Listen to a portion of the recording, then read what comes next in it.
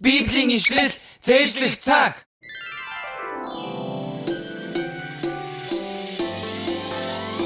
Шикэлатнаас илүү чихэлээ сүнээс илүү уяг амлаг урахны үг өнөөдөр ч бас амтад нийтнэ ням ням.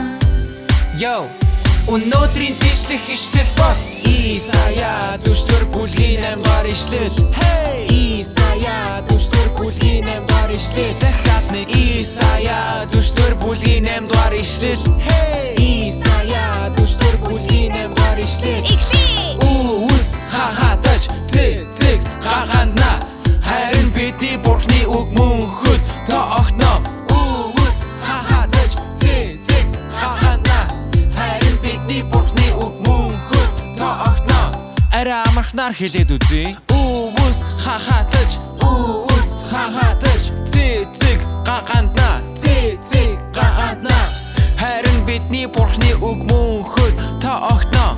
Харин бидний Бурхны үг мөн хөт тоогно.